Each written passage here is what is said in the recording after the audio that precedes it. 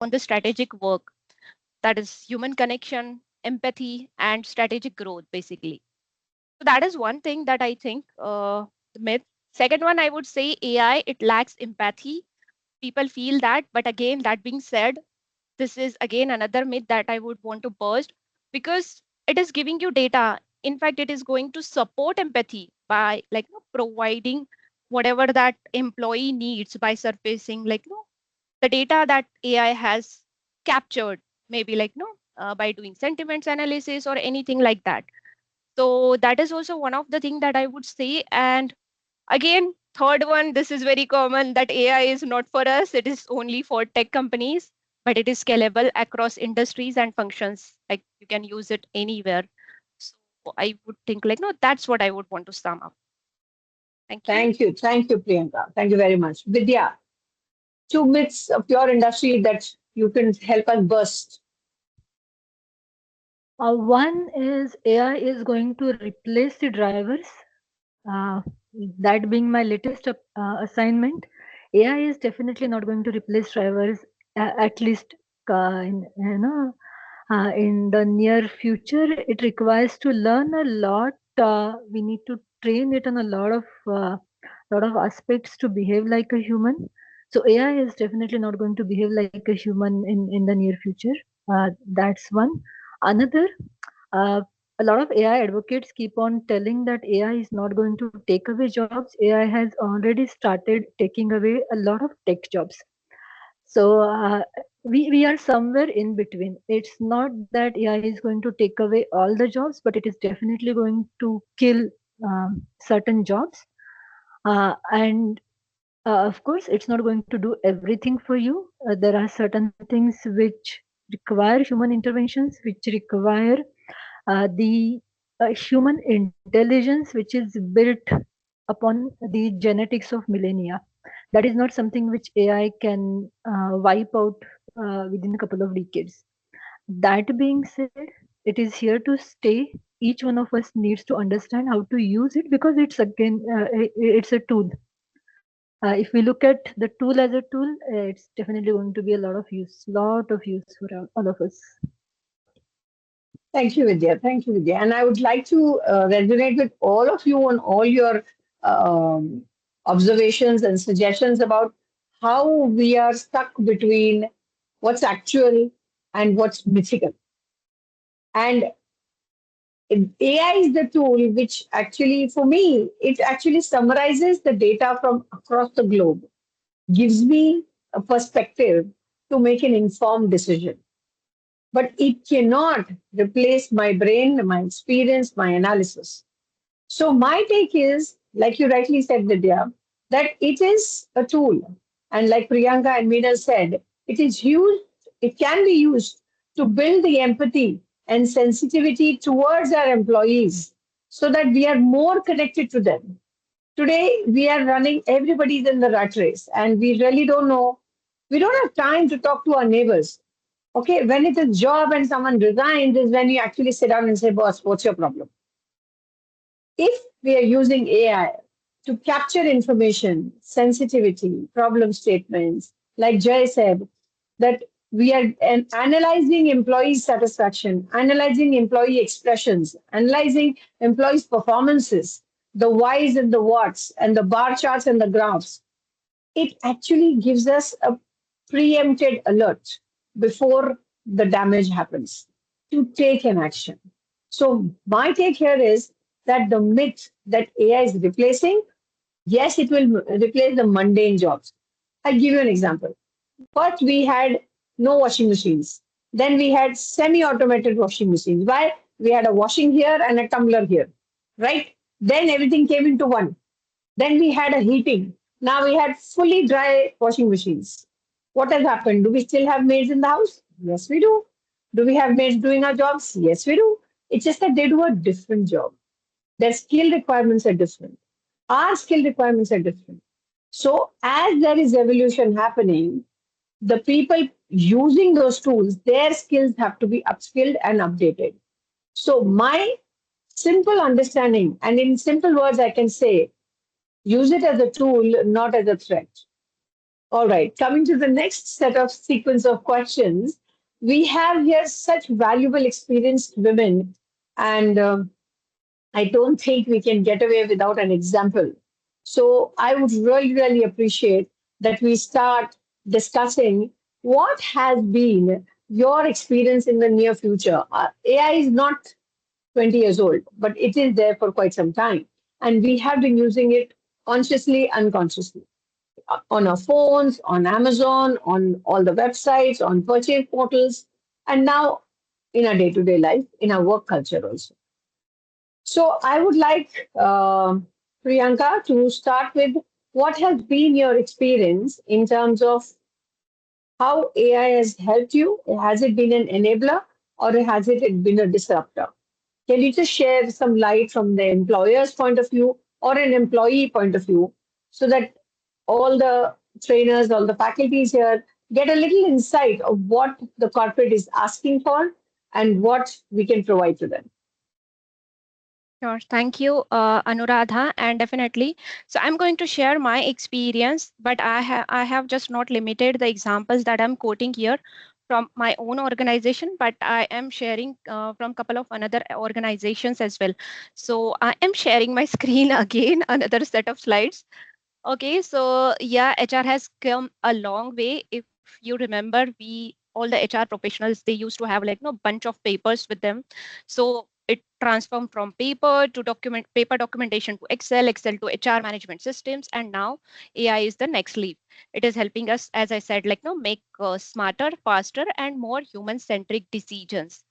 And then here are some touch points that are actually organizations, including my own organization, using AI in.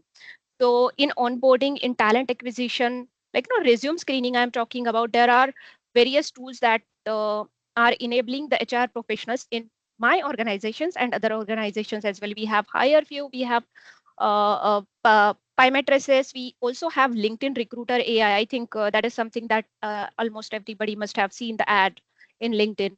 For onboarding, like no, there are some chatbots, nudges I would talk about. So these are there to onboard the new hires, which will make everything automated, right from the sending them welcome emails, tracking if they got like no their machine, the laptops or not, if they have got required access to like no enter the building on the first day or not. So all those things, these tools are taking care, like uh, in various organizations. For engagement, this is where I'm like no, focusing more. So we have these pulse surveys, we have sentiment analysis done by various tools. It includes Qualtrics surveys that we do have, and then we collect like no data, as in feedback from our employees, like on regular interval, and then we will like we will analyze the data. That is just one part of it when I'm talking about engagement. But that being said, we have various other tools as well where we track the internal communication, be it being on Zoom chat, it being on Slack, or like no various other things.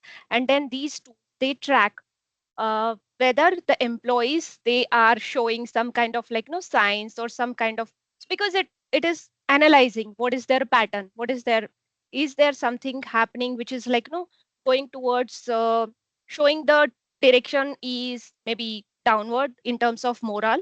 So it is giving like no timely alerts to manager. And I'm also going to share one more thing, not with our organization, but other organizations are also using these kind of tools. So that being said, for growth, definitely learning and career paths, we are using degree, other tools as well for learning purposes, which is giving a lot of recommendations. I would share the screenshot as well. And for exit, for like no sentiment mining, again, the attrition analysis, where we do have those interviews done in via a human, but again, like no whatever is being said there is captured and is analyzed through a AI tool.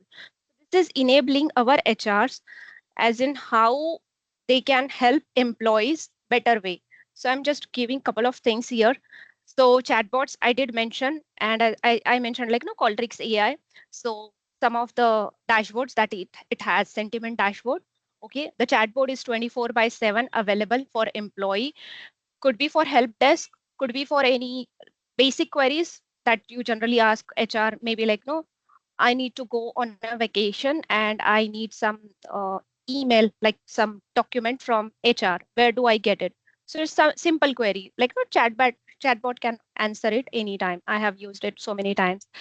And then we also have Microsoft Viva. I think many organizations has it.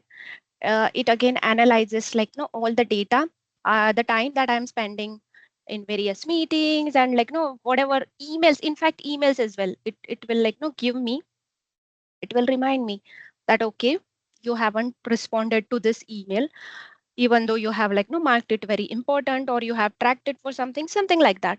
So those are the tools that are enabling me to fully function, I would say. I think surveys, I already mentioned that like no real time feedback that we are getting from the employees on regular interval, analyzing them and making uh, decisions based on the data. And this also helps us like predicting the attrition, because obviously it can predict who might leave based on the subtle pattern. The tools that I said we have enabled in our meetings. In fact, we have tools where whenever we are having retrospectives, the retrospective discussions with each team are predicting, okay, that some team member, team member hasn't spoken at all, maybe in last three retrospective. Okay, is there any problem? So this alert is going to the scheduler, and maybe most of the times it's maybe the coach or something like that, the scrum master or even the manager. And then manager can have like no that one-to-one uh, conversation with that particular employee. Similar things for HR. HR can identify if there is a need of coaching, one-on-one consultation or something like that. They can think about any new role or anything like no for that particular employee, if that is one of the concern, to retain the valuable talent. That is also happening. And in terms of, again, in terms of engagement, there is one important thing that we are using at our own organization, which is L&D. um, so we have a lot of focus on learning and development, and we get like now our personalized growth plan with the machine learning. It recommends various courses based on my role and based on my own learning, whatever I have done in the past. I think you already have seen this in LinkedIn Learning, because it's the platform that I guess generally everybody uses. It is also available with Coursera with business AI suggestions also. In my organization, we do use Degree for all those things, and like no, it helps employee for career pathing tools to boost motivation also. That is what we are using uh, most, I would say. Okay, I think I would stop there. Archana, Anuradha, thank you. Thank you, Uh, Priyanka. And this is so insightful. Yes, somebody wanted to say something. Yeah, yeah, ma'am, this is Dipti here.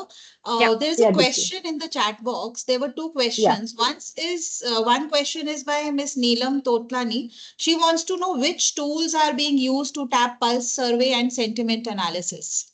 I'll give you the list of tools. Maybe like no, I have that. I can share in the chat. Okay, just give me a second. I'll give you the exact names.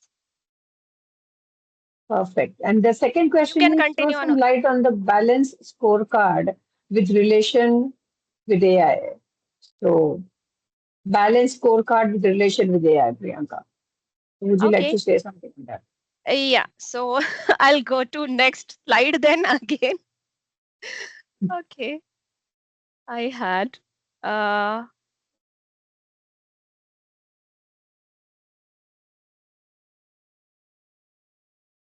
okay. So for that was something that I did not cover in detail in the slide. But yes, this is also something that is being used in industry, including our organization, for like no performance management, where like no, it is the tools that is capturing the KPIs, and like no, it is OKRs. In we have in some departments we do have OKRs and KPIs as well. So at the beginning of the year, like no, we know that what are our OKRs and what are our KPIs, and then like no, these two, they are tracking, because we have to like no log our work and everything. So it is being integrated, and it tracks what has happened, what has not happened, and maybe like no regular interval. Generally, it's in your QPR, the quarterly business review. We have those quarterly meetings where like no you get that scorecard, and where like no you get to understand that where are you and what needs to be done. Maybe like no by it also gives the recommendations. So what are the things that you should focus more on, what is beyond track, okay, what needs more attention or so. It also provides some kind of, if you need some kind of training, specific learning or so, it will also give you those URLs as well. So that is also happening. I'm talking about like no, the question, the scorecard, the performance, and it is continuous performance for us. So like no, it is happening throughout the year. We are having these things each month, okay, each month like informally, and each quarter we have this formally where we have this scorecard, and we need to take certain actions. So again, there as well, we have these tools which are helping us. Okay, so yeah, I'll give you those names as well. We are using. I'm not giving you everything like, because I'm not supposed to share all the tools names here. So I'll maybe like share them later in the chat. Okay. Thank you, Priyanka. Thank you very, very much. And I would really encourage more such questions so that all the queries are addressed. And we are here to share what we know. What we don't know, we'll also chatbot and come back to you. All right. Moving to the case study and experiences of Vidya in her career life and how AI has helped her, enabler or a disruptor. Over to you, Vidya. Thanks, Anuradha. So, AI has been embedded in practically everything that we're using as part of the project management profession. On the delivery side, predominantly. Uh, and what I got to know is HR is from the back end looking at everything because a lot of communication happens on Teams. Like we are speaking to Teams, and there is a bot which is observing how we are speaking, with whom we are speaking, and they are using certain agents to identify if the team performances uh, are impacted because of the team leaders and all. So that's something which is already happening. Unfortunately, I won't be able to give you a lot of details because that might be confidential for the organization I used to work for. Even as we speak, I use as a business owner AI literally every second because it helps me to reduce the amount of time I need to spend on certain activities. Typically, when it comes to hiring, I'm using a lot of LinkedIn these days to search for candidates and to look at their background data.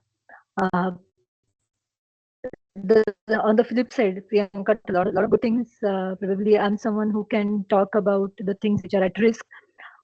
There are a lot of people who are using AI to update their LinkedIn or the social media profiles.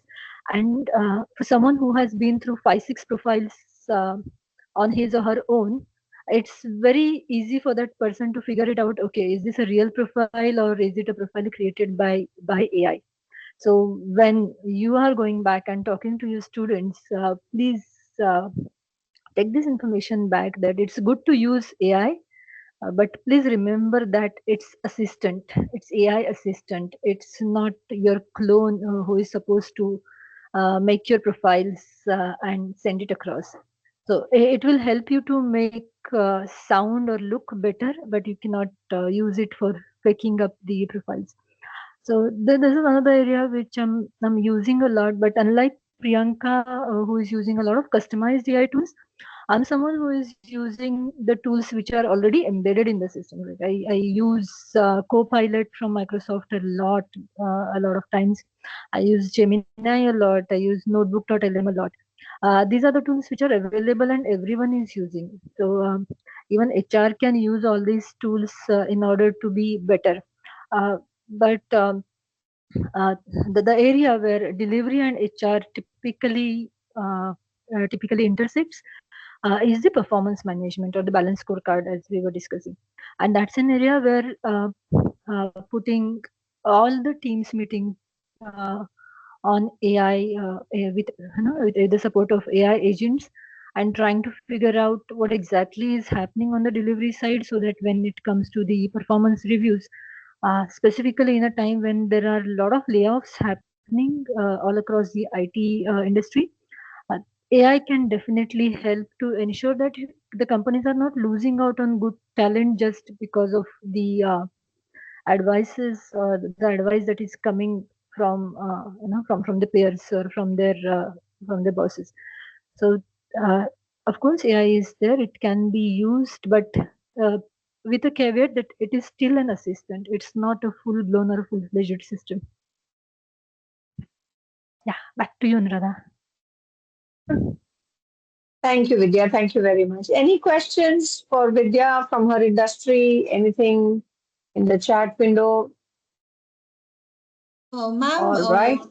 Miss Yeah. Sheetal Mane is asking, in what ways is AI being used by companies to screen MBA fresher resume?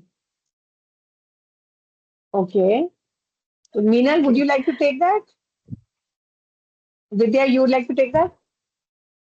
Yeah, I can say something, and probably Minal can take it from there. Yeah, sure, sure, sure. Because I mentioned it. Uh, AI is being used by the tag teams, the talent acquisition teams, to screen certain levels. They are typically looking at the way the resume is formatted, the kind of keywords that are already there. That's an area where AI is helping them. But beyond that, when it comes to screening, it is still manual. It's not really very much AI. So how AI is helping is AI is helping them to get rid of 80% resumes which are absolutely not for them. And then from the remaining 20%, the tag teams are actually looking at it very deeply. So how it helps the tag teams is it is saving a lot of time for them. Now they don't have to look through 100 CVs. Then they now need to look at 20 CVs and look at those CVs really rigorously. For the student community, it's extremely important to learn how these ATS screenings are happening and how do you make your resume ready for the AI screening. So there are I see a lot of training programs that are happening all across LinkedIn, which train people to uh, change their CVs so that they're ready for the AI screening. Because for the AI, in order to understand it, it has to be in certain format. Those are not humanized; those are machinized. So we need to ensure that the kind of documents we are putting forth, they are ready for the machines. So the intent is to be in that 20% screened by AI. Yeah, and True. I mean, Dr. Minal, if you want to add to it. Thank you, Vidya. Thank you very much. I have So, one Dr. more Yes, example, if you allow yes. me, Anuradha, and if we Sure, have sure, sure, time. sure. Absolutely. It's a So discussion. Absolutely. Go ahead. yeah. So to supplement what Vidya said, like I have the actual example, Unilever, right? So they are actually using this. Their hiring process is entirely using AI and digital tools, I would say. So you might have seen all the organization generally they have like they send one test all years like before you actually go for that. But Unilever, what they do is they send online game. Okay. So first you have to go there, you have to on their website, like the link that has been shared, you have to play the game and it measures your like no cognitive and emotional traits based on that game. Your first level screening is that.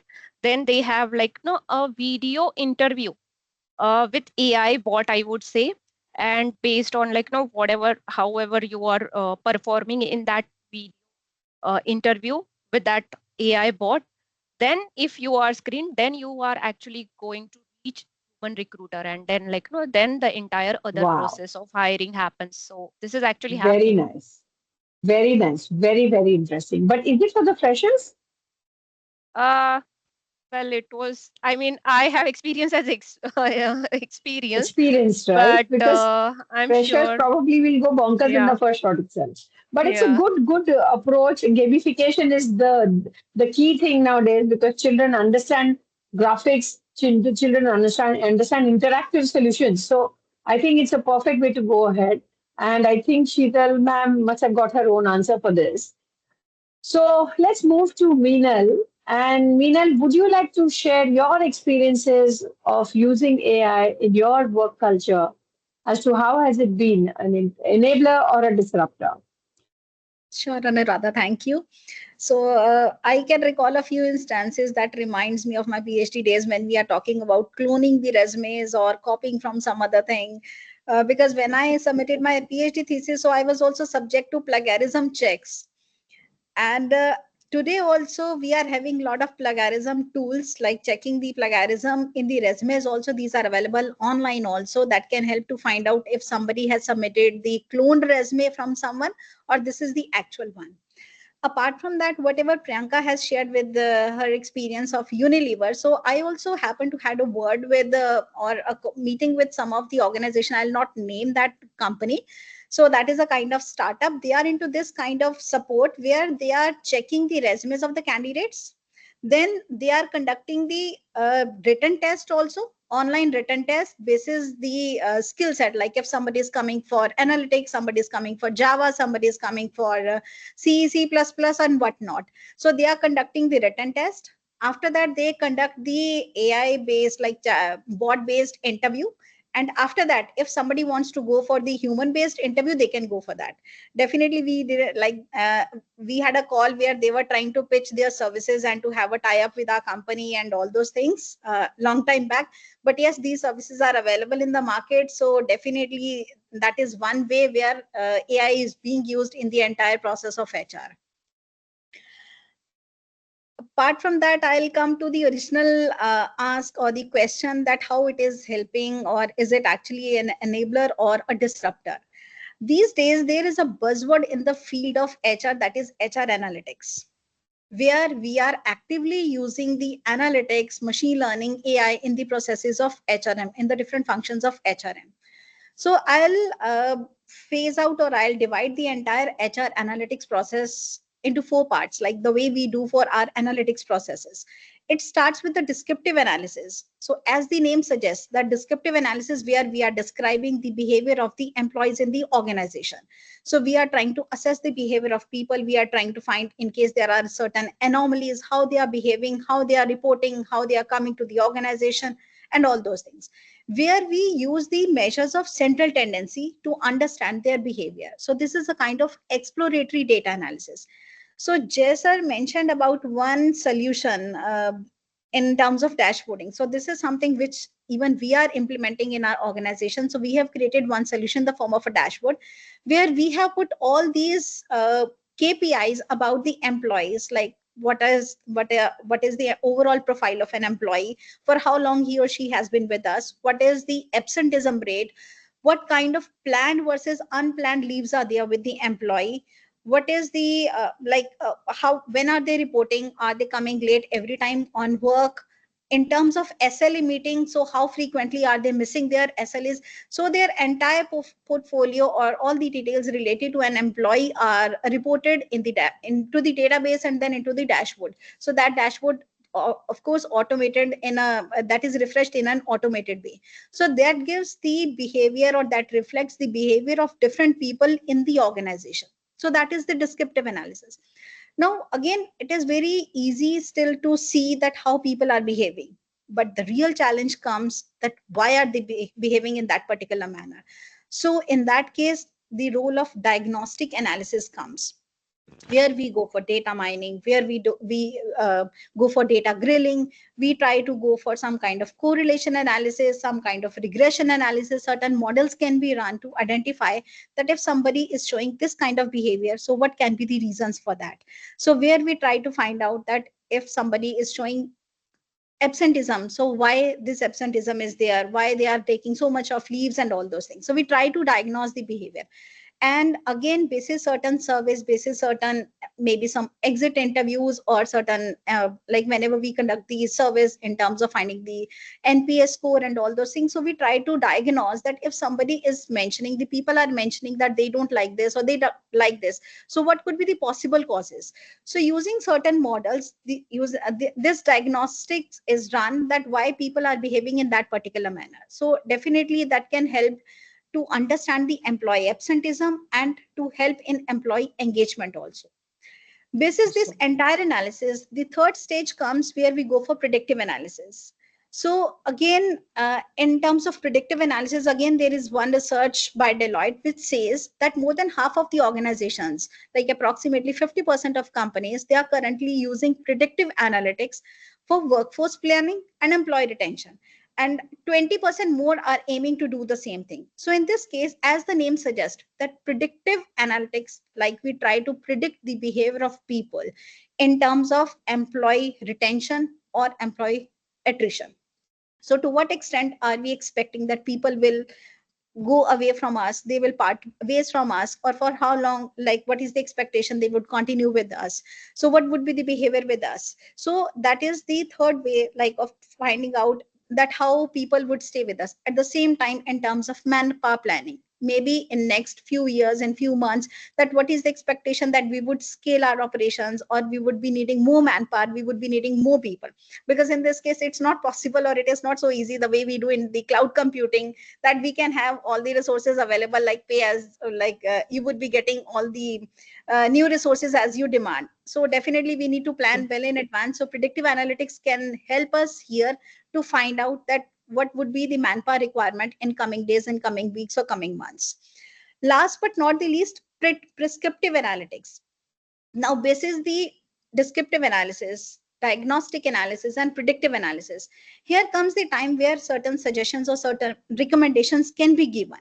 Now, in this case, when we talk about the recommendations, again, these can be in the form of staffing. These can be in the form of certain engagements. These can be in the form of training and development also. Like, again, I'll just share one example that we are using in our company, like basis the overall experience or skill set of the employee, basis if somebody is meeting or missing SLAs, or basis the escalations with, in case somebody is getting certain training programs are recommended to the people on the portal itself, that these are the trainings assigned to you. So this is the role of prescriptive analysis, where we can use to support the training and development of the employees. They can work on this. So these are certain areas where I believe that AI is definitely an enabler. This is not a replacement. This is a support. This is complementing and this is supplementing the work of HR in the organizations. So in this case, definitely there are few things which we need to take care of.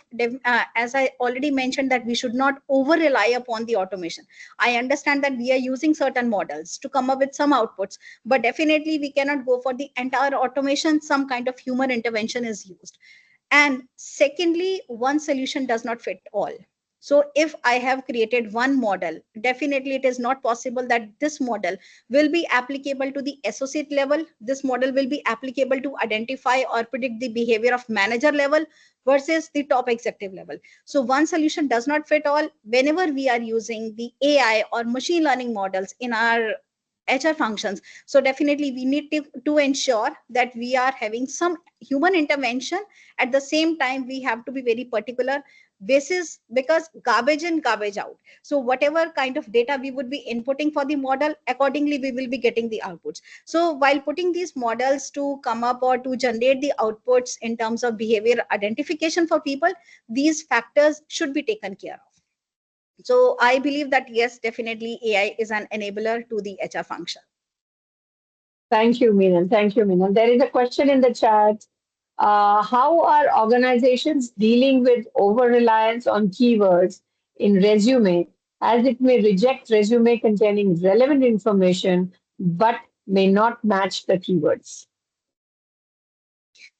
Yes, definitely, because this has happened multiple times. Even I have experienced, even when I was mentoring few people, few newcomers. So this has happened that again, it depends that what kind of model are we using, or what kind of models are being used by the companies at the back end. So if they are focusing only on the keywords, so definitely that is a caveat that may reject the resumes which are not matching with the keywords. So again, we don't know that what model is being used here. We suggest the new joiners, or even whosoever comes to me for any kind of support. So I suggest that whenever you are applying for the jobs, try to go for the keyword matching, because for most of the companies these days, the screening is basis the keyword matching.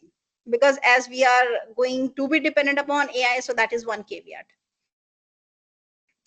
Thank you, Minal. Thank you very much. Now that everybody has shared their experiences, I am going to talk about a very ground level experience which I'm lately experiencing in the last 3 years' time.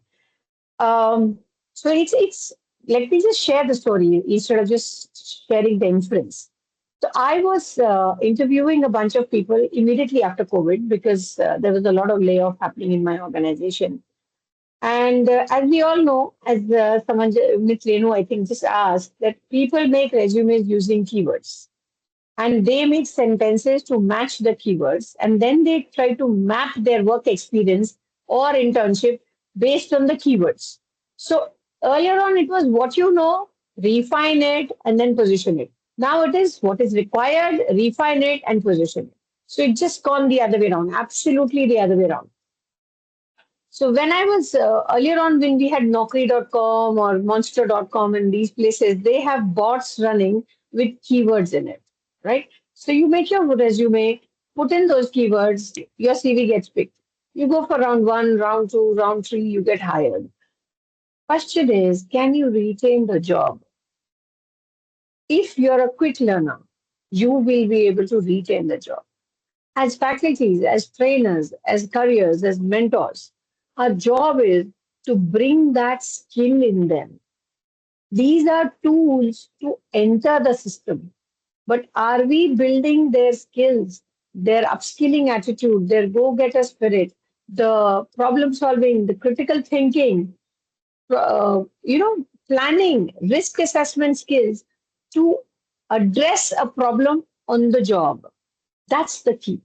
And when you see that, you will automatically know you will not need a bot to make a keyword because you would have developed that keyword as a skill.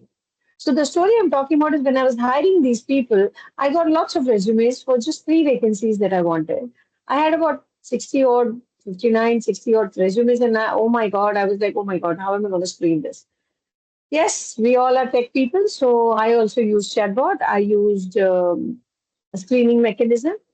But what I did is the command I gave to screen was not to pick this word, this word, this word, and this word. The command I used were very human sensitive. That's where Jay had very clearly said Gen AI.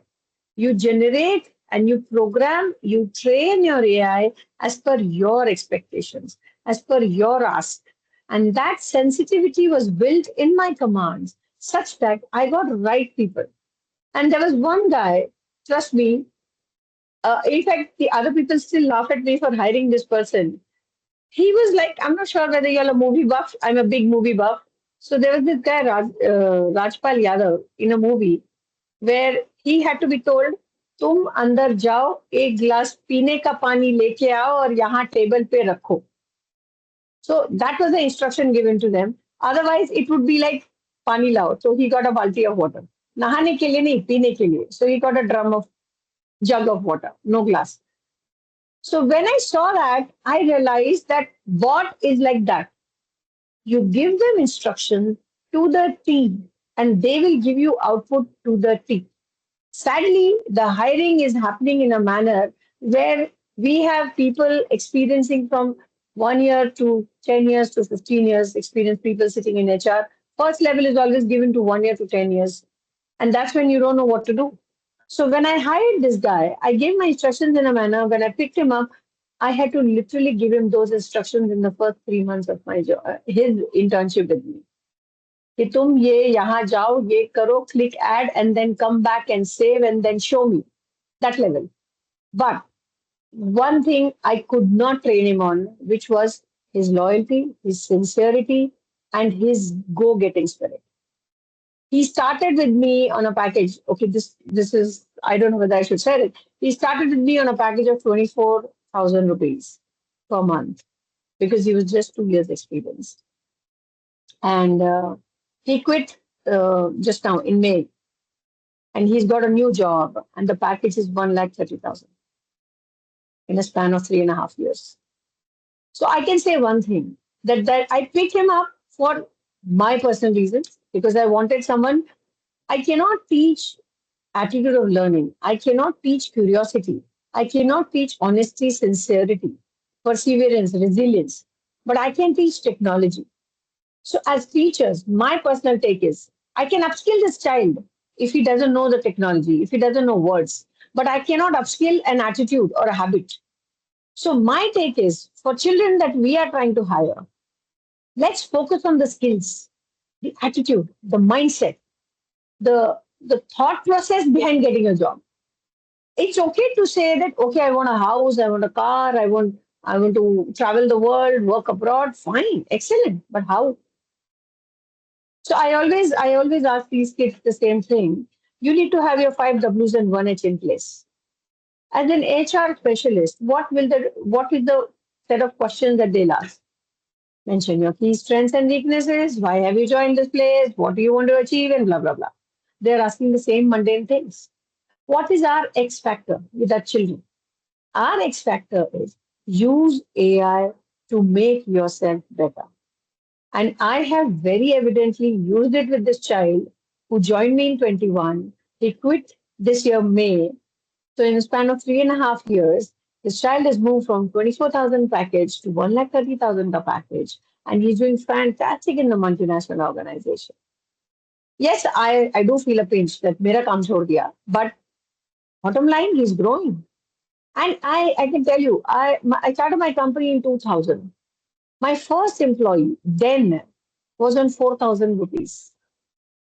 Till date, he tells me his daughters are now 21 and 22. And he tells me, ma'am, my daughter's getting married next month. Are you going to come down? Or should I bring my kids to take your blessings? So my honestly, HR for me is that relationship. HR is not about just hiring. HR is not about just giving you salary. It's not about just firing.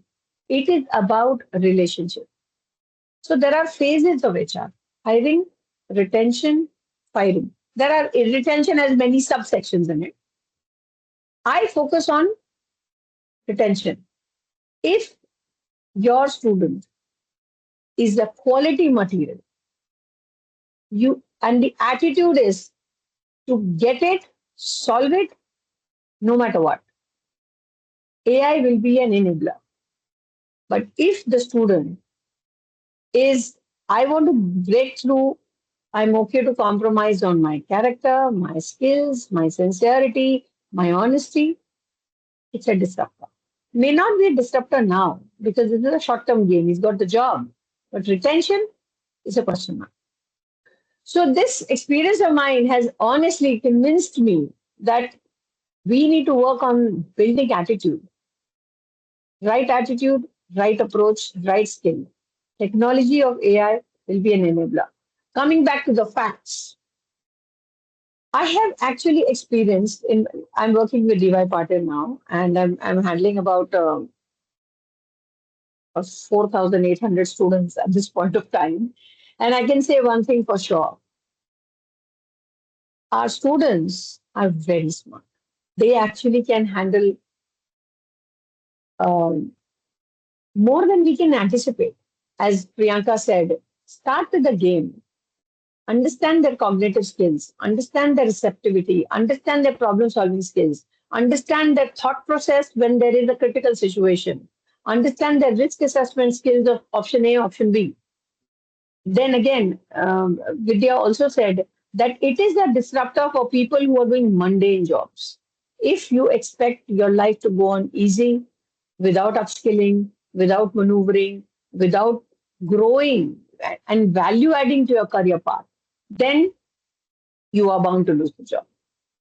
Like I said. And then comes Meena's proposition of the four stages, and lastly being the prescriptive stage. AI can give you prescription provided you've given the right ailment. So we have to use it in a manner that actually enables us to empower our children. And I would really recommend to all the teachers here, please use AI for your own self. Make question papers, humanize it, use Turnitin into C. See, we land up, I don't know, somehow, I'm sorry, Dr. Kulkarni and the team here, but somehow we as teachers, instead of becoming academicians, we start becoming police. we land up policing them more than empowering them. I post daily quiz on PMI portal for the last 4.5 years. It's going to be 5 years in October. 5 years every day. One question. I am okay for you to Google it up. I am okay for you to use chatbot. My takeaway is that you have learned one more question's answer today. You may not have thought, but everybody raised the question, processes it, whether I know it or not. Let me use chatbot, come back with the answer. Oh, so now I know this question has this answer. So this is the way I go for it. And I think all of us are experienced faculties. What we really need to do is use AI in the HR specifically, because you're the first point of contact of the organization. You're the face of the organization for the new gen to jump into you and take your organization ahead. So our children have to be blending in well with the tool and using their own attitude and skill to capture the right people, sustain, retain them, and through the analytics that we said about emotions, expressions, happiness quotient, attendees, all these analysis will, they should be preempted, not reactive, preactive. Post, what do you call it? Preempted. And take action on it. Our job should be strategic and not policing. Thank you very much. Abaisa, you have some questions? Anybody else, some questions? Have you done with your panel discussion? Yes, sir. We're just going to So close up now. nice, so nice. So before Deepti take over for the questions and the vote of thanks formality for this conference, I propose tons of thanks to this woman over empowered panel discussion. Your comment, Anuradha? I actually loved the word. That's why I said thank you.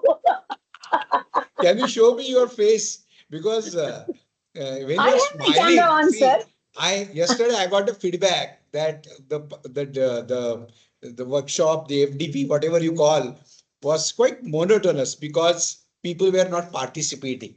And I'm happy that with slight change that you have done, because yesterday myself and Renu Rajesh, we were only talking and we took a couple of questions at the end, but we talked a lot.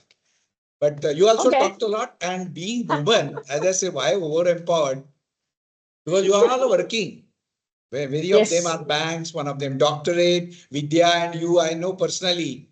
And generally you meet, you have a lot of quarrels. But today I can see a very good spontaneity, and you were talking to the point. So I think thanks to Anuradha, first of all, because you gave the direction and dimension to the panel discussion.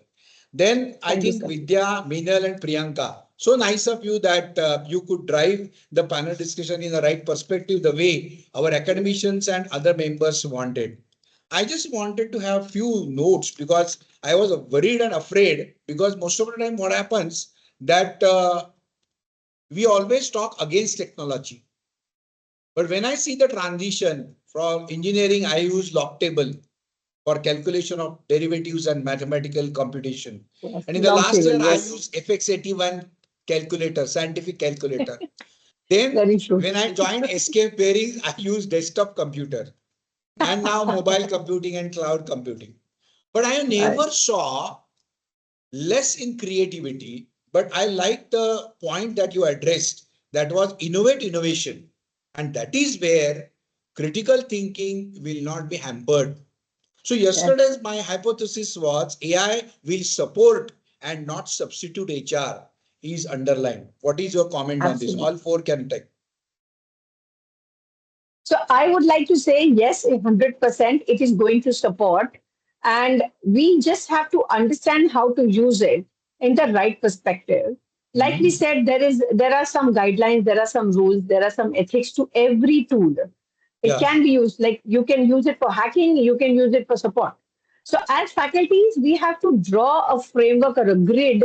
What is the right way to use the tool?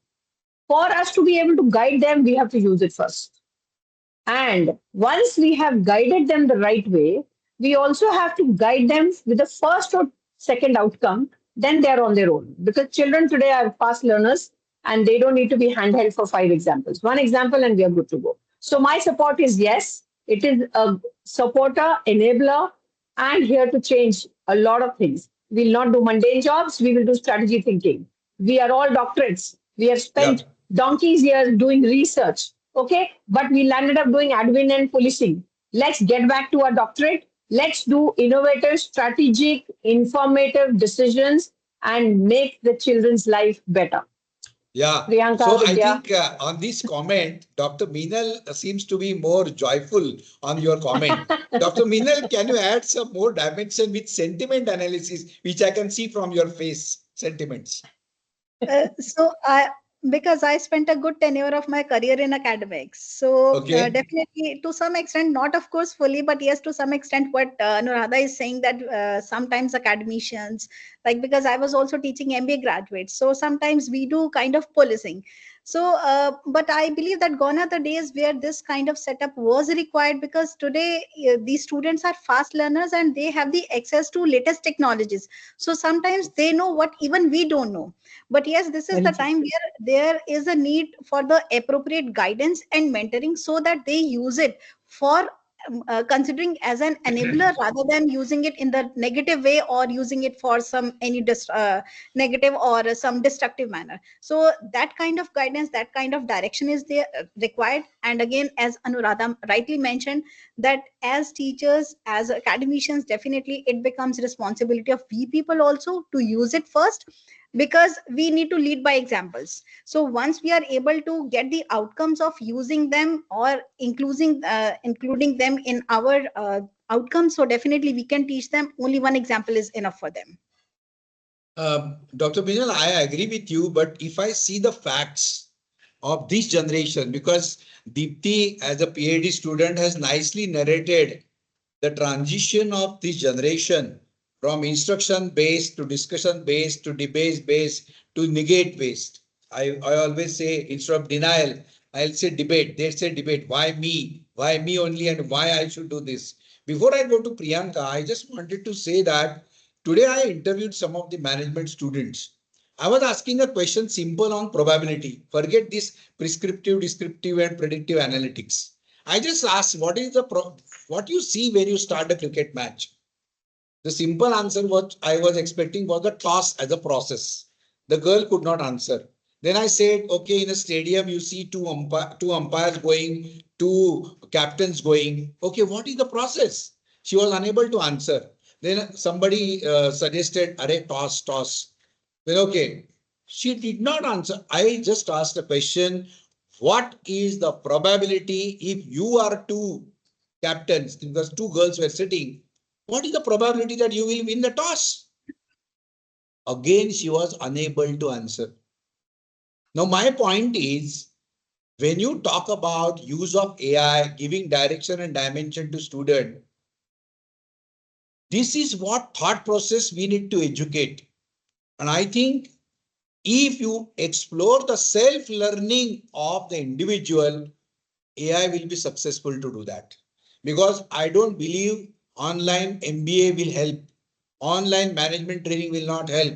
You need to have your views, you need to have your reviews, and then you should be in a position to make the comment. So Priyanka, you wanted to share something based on this. If you want something to add, please do that.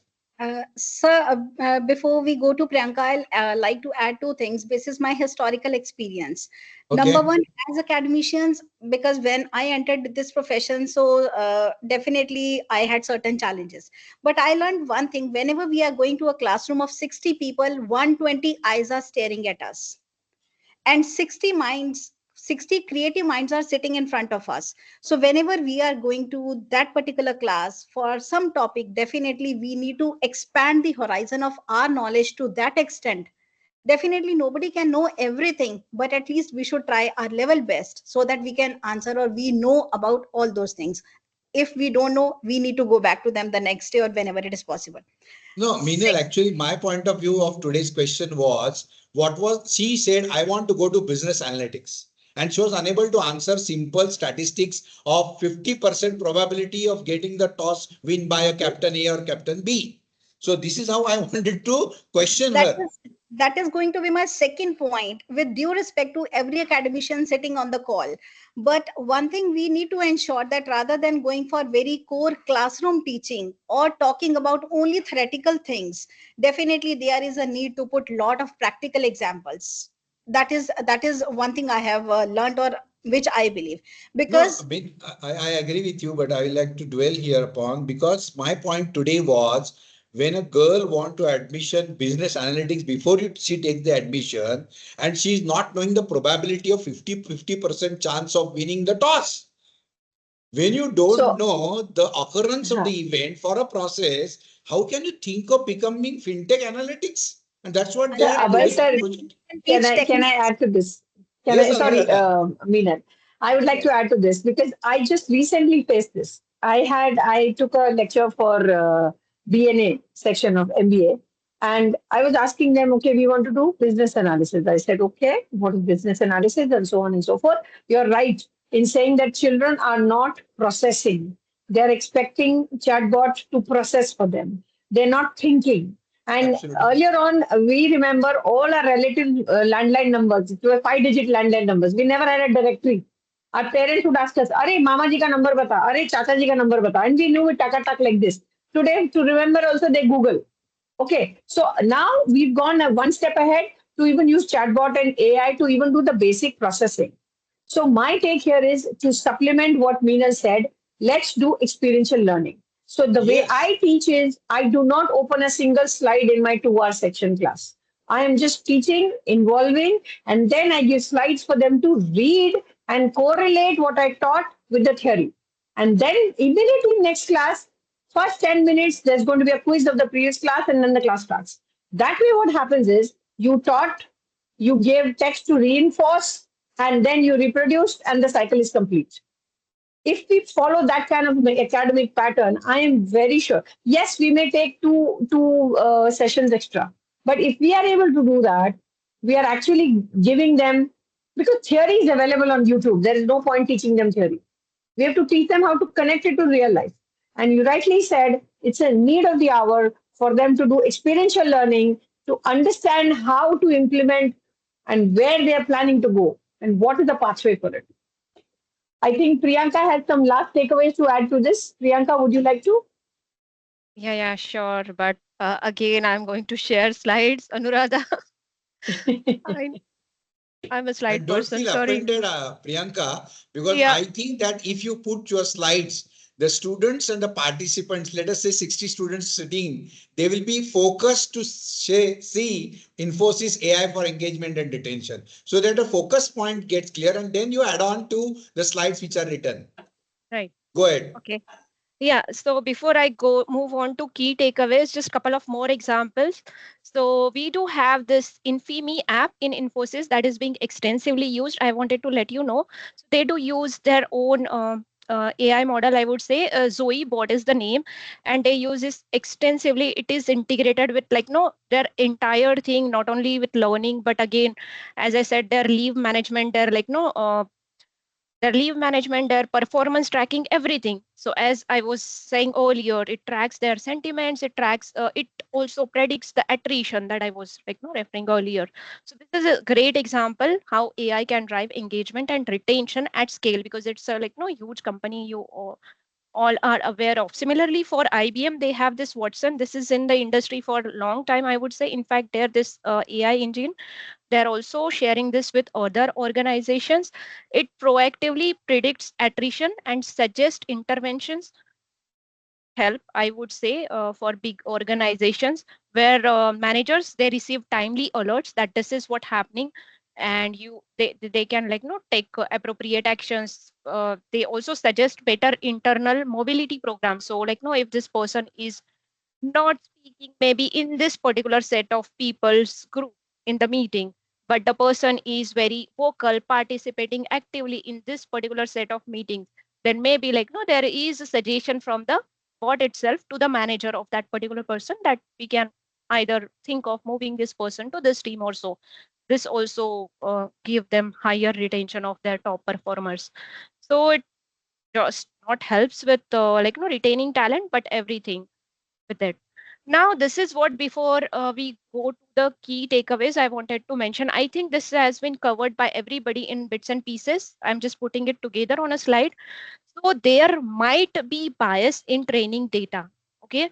So when I'm talking about this, I'm not talking this negatively. Again, as Anuradha said, like, no, she has trained the person. Okay, giving the instruction, the uh, that movie was work, by the way, Anuradha.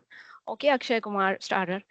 So there might be bias in the data that has been used to train the AI model that you are using, and that might give you results that you don't want.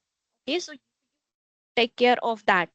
I think you might be aware of the example, recent example where, like, no, Prime Minister Modi ji, he talked about this AI, and where he was talking about the example. If you ask a generative AI to generate image of a person writing with left hand, the, like, no, image is most probably person writing with right hand, because of the same thing, because maybe the training data that was biased, because the training data that was fed into the model, AI model that has been used, that was only with the people writing with right hands.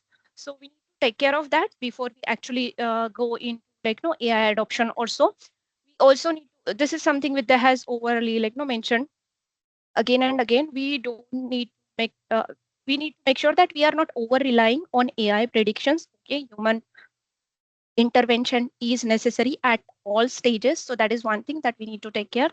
And yes, there can be one thing, like I said, like, no, all our internal communications, whatever we are talking, we are messaging to everybody, there might be employee perception of being watched.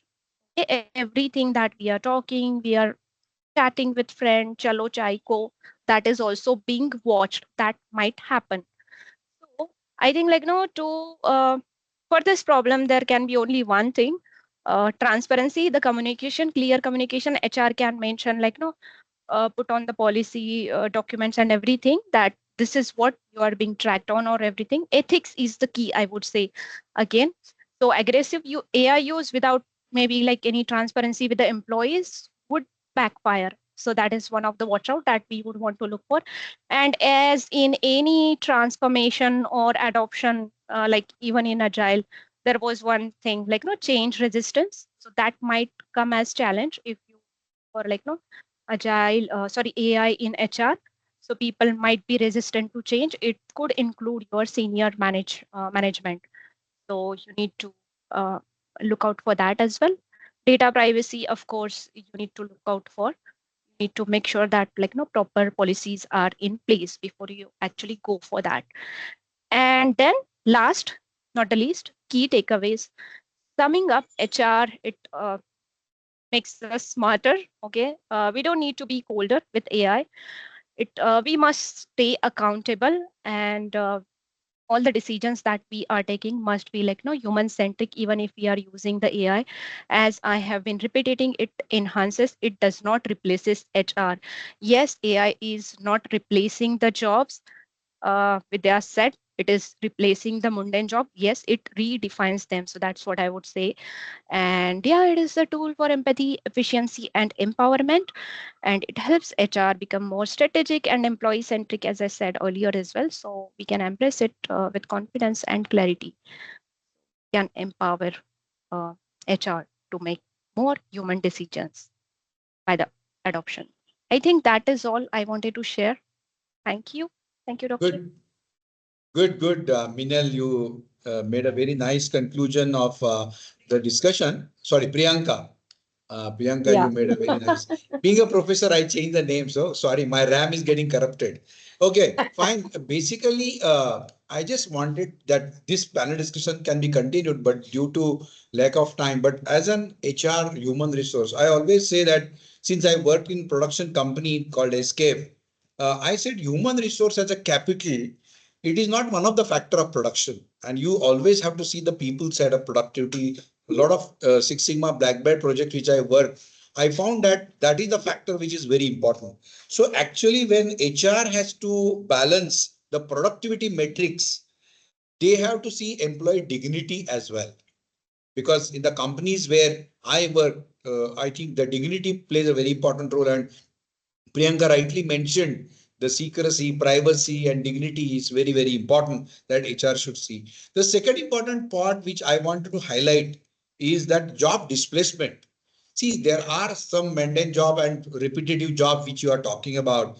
We can take up certain projects, Anuradha and all the team members, that we can take some projects on which area the job displacement and role redefinition are going to happen, because role are going to redefine where Yes. people are going to use different innovative methods. And I think this can be one of the project which we can take. And the data scientist requirement will be there, but as Priyanka rightly mentioned, that the past data which is biased. Like yesterday, I took the example that in cricket, when if I say Shubman Gill is not a successful captain, it was on a very limited data, or say the data which is related to test matches. If you see his IPL data, the score, the decision will be different. So, this is where bias related to caste, creed, religion, gender, we need to, rather AI need to filter this. I think that is where I will say AI transition to transformation phase will be there, because we are just at a nascent stage where we need to really see how HR is going to help. I was very much stunned with the example which Jay took, that of automated car. Do you all agree that this driverless car, there are three major components as a HR I see which goes in the automated car. One is the new machine. So if at all you need to have a transformed HR generation, you really need to develop new HR who can handle AI completely. I will say AI, ML, decision science, and whatever. Secondly, there should be safety devices for security of the data. And thirdly, like in this car example, I think route analytics was very important. So route analytics is important in car, but for AI ML generation, the analytical mind, which is only there with human brain, is going to be bottom line of all success of HR. So great. I think it was a very nice discussion. I'm very happy, Anuradha. You can bring all the three stalwarts with you, actually, factually, and not virtually, that what we are discussing today. Because this, I always believe that face-to-face smartness is more important than Facebook. But I'm very happy. The sentiments, except Anuradha, I can see all are extremely delighted and happy to have a very nice, fair, transparent, and open discussion. And I think, Dipti, you can propose formal vote of thanks. No, sir, I would like to give homework to all the teachers who have attended. Yes. The teachers always give homework to the students. Today is the time for teachers to analyze a case study that I want to read out. And if maybe Dipti ma'am can eventually share it with them. But this is a case study. Teachers, please pay attention. Look at the screen. I'm not sharing the screen though. Should I? Dipti ma'am, should I share the screen? Yes, you can share. Okay, okay, that will be good. Ma'am, we have a question before we start with the case study in the Sure. chat. So the Yeah, question okay. is by Miss Isha Bhate. She wants to know the difference between the scope of workforce analytics, HR analytics, people analytics, and necessary tools related to it. Okay, who would like to take that? Priyanka, Meenal, Vidya. Meenal, you want to take this? We can all chip in, whoever knows whatever. For most of the organizations and most of the places, these words are used interchangeably. But to the best of my Yeah. knowledge, whatever I understand, that workforce is very much limited to the internal employees of, like internal people or the employees who are on the roles or payrolls of the organization. That is the workforce. But whenever we talk about the people, so that can go extended to the people who are directly, indirectly working with the company, may not be on the payroll, but maybe the contractors and all those people. So to the best of my knowledge, this is, I know that workforce is particularly very limited on the payrolls of a company, but people who may not be directly working with the company, but they are supporting the operations of Yes, an ma'am. organization. So they come under the purview of people analytics. Priyanka, Vidya, would you like to add? I'll add to the point of the tools. So she asked tools as well. So I'll mention the tools that we are using. So for workforce, I think we are using, I think I mentioned that earlier too. We are using HireView, we are using Biometrics, we are using LinkedIn Recruiter AI as well. But for people, our own people, the tools that we are using Better Works. We are also using for learning, I think I already mentioned Degree, Coursera for business with AI suggestions. For payroll, we are using SAP Success Factors AI. Okay, that is also one thing that we are using for our own people. We are using Zoho people. There is this people model with AI. So that is one thing we are using. I think I already mentioned Microsoft Viva. We are using Qualtrics AI. So those are like different tools we are using for different set of. Vidya, would you like to add? I think Meenal and Priyanka has already covered a lot on the tools and what is meant by this. Apparently, I mean, from a delivery perspective, of course, because I was part of delivery almost 100% of the time, the HR is using a mix of everything. Sometimes it's interchanged, but there is a very strong to and fro these days between the HR and the delivery leads in order to ensure that HR is also part of the project deliveries. So uh, earlier it used to be like a very much siloed function, but nowadays I see HR uh, joining in with the delivery leadership to understand the challenges that they're facing. And uh, I have used them. You like Priyanka mentioned Microsoft Viva. That's the tool which is being used very extensively uh, between these two stakeholders, the delivery leadership and the HR. Yeah, Okay, thank you, but Vidya. from the HR side, I think I don't really have so much of insights what exactly they are using. Mhm. Yeah, apparently they are always engaged in everything and anything that we are doing from the delivery side. So they have access to all our Jira communications. They have access to all the project dashboards. They're actually now looking at all this data. So HR role is expanding. If you look at the way it is doing now, it's not really a siloed role. So I just wanted to end on that note.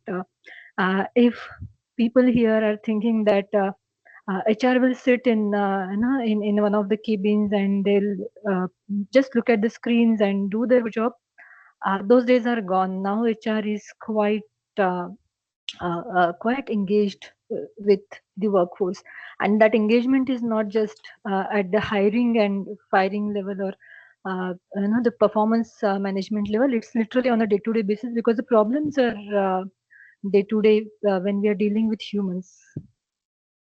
True, true. That's So all my from my take side. on so my take on workforce is when I say workforce, like Meenal said, we're talking about all workforce, right from management right down to the lowest, most designated employee of that organization. And we're doing a workforce analysis. Our objective of workforce analysis is to identify which sector needs our attention.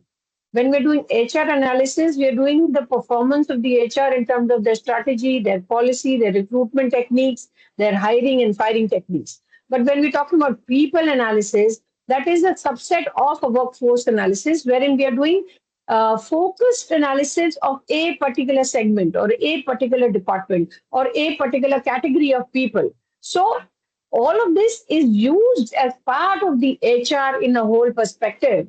But each of them has an objective. When we say workforce, this is purely used by an organization which is looking at scaling up, which is looking at expansion to look at what workforce can be optimized and what workforce needs to move there. When we are looking at people, it is sorry to say, but it is used when we are looking at cost cutting. where they actually have to analyze to see people analysis, which department, what kind of people are doing what, where, what is required, what improvements, what can be cut out. And when we're doing HR, we're looking at optimizing to address retention problem where the HR is not probably living up to the mark, and that is why you need retention, and hence they need to revisit their strategy, their hiring, their policies, and so on and so forth. So I end at this note. I would leave it to Deepti ma'am. Would you like to read out the assignment and then the vote of thanks? Yeah, actually, Dipti has already given these case studies to all the faculty members and she will collect the answers. But Anuradha, Perfect. I just Yes. wanted to give, because as a Six Sigma person, I always Yeah. say the impact. When you say workforce analytics is a tool, what is the most key process input variable for output getting from workforce analytics is the balance scorecard, which I was talking with Deepti a few minutes before. And when Yeah. you talk about human resource score, that is quotient scorecard, it is very essential to understand the IQ, EQ, SQ, and PQ of the individual. And if Absolutely. actually, if your AI, ML is going to extract the key performance outcome impact of these quotient, the workforce analytics will give the right results. I think that is what, Perfect. Very, yeah, very rightly said, sir.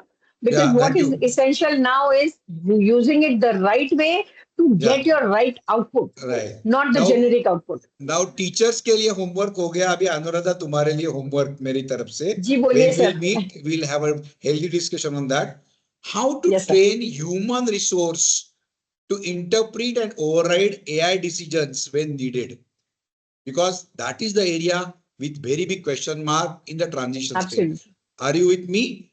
Training how to interpret and override the AI decisions when required, very important. Yes, sir. I made a note. We'll discuss when I meet next time. Sure. Deepti. अरे Deepti question छोड़ो अभी Anuradha bore हो गई है चलो तब Deepti ma'am आप ही पढ़ दीजिए क्वेश्चन कोई बात Yeah, नहीं. okay, the question is how is AI helping in employee well-being? The question is asked by Ms. Ketki Bhati. How is AI being helped in employee Helping in well-being? employee well-being. I Ma'am, think so many cases I can cite out. Ma'am, हाँ, there are application. मुझे याद है 2018 में मैंने एक app बनाया था for I shouldn't be even naming the company, but there was a multinational company जहाँ पे the moment you enter the campus, you scan your card and it says welcome Anuradha, and the moment you reach your desk and you open your laptop and it says you look a little sad, all okay?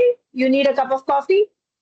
ये app I was the key architect solution architect of this solution okay और ये मैं बात कर रही 2018 की and this was what was understanding and this was the inbuilt API of Microsoft which I had used to build this system not on all desks only on the key desks so example ये है कि आपके sentiments your expressions your moods all these actually cumulatively give HR whether the employee is happy with the job or not, whether the employee is strained, stressed, disturbed or not. And then that is why I said HR nowadays is not going to do आपका salary कितना है, आपका appointment letter किधर है. That is all done, mundane. We are looking at engaging. Vidya rightly said, today you can't sit on your chair and just sit on the laptop and do TikTok, TikTok. You have to get off your seat, go talk to the person, engage with the person, address the problem, and actually connect to maintain the retention. Because I'm sure HR people's job is there because of they ensuring retention. Otherwise, they are also in the pink slip zone. So AI is extremely important to understand your expressions, your emotions, your tone, your problem. And then I'm sure every organization has a psychological department, has a peer group, has a buddy system. So many ways to connect, come out of the problem, and be a helping hand. And that's what job is all about. even the case study that we've shared, it speaks about AI and its role in employee well-being. Thank you. I would like to extend my heartfelt thanks to all the panel members who took time out from their busy schedule, being a weekday. You all took time out and tried and gave your best. I mean, I would say the best insights that all the faculties across India, across the nation have got about AI. AI is still in a transition phase. Still, we need to change. What I feel is it requires a mindset change to actually accept AI, and a very conscious use of AI is required. These are one of the takeaways that I can get from the session, and how AI is actually not replacing our jobs, but it is making us more efficient, and it depends the way we use it. So it is helping us to take more data-driven decisions and focus more on the strategic aspect of the organization to deliver value and success to the stakeholders and the organization as a whole. So with this, I would like to conclude today's FDP, and thank you to all the panel members. Thank you For your esteemed presence, and to all the participants who have been attending it and have been very active with the question answers. Thank you for posting questions also on the group. And I hope you will be going through the case study and replying us with the insights that you got from the case study. Thank you so much. Thank you, everyone. Thank you. Bye-bye. Thank you all. We will be having a photo. We'll be clicking a photo on together mode with all the participants. So I request everybody to kindly switch on their cameras. And after that, we'll be sharing the feedback link in the chat window for the participants to fill the feedback and mark their attendance. Karna together.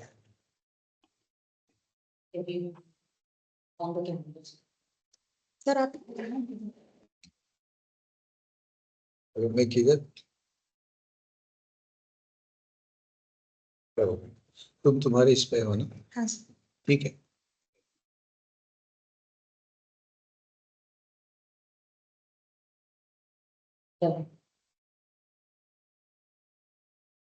We are going to do sentiment analysis based on these photographs. So please spy or be original as you are. Wonderful. That's the perfect Wonderful. statement. Thank you. Rather than saying cheese. Yes, I say butter. Why cheese? Thank you. Thank you very much, everybody. Thank you. Thank you. Bye-bye.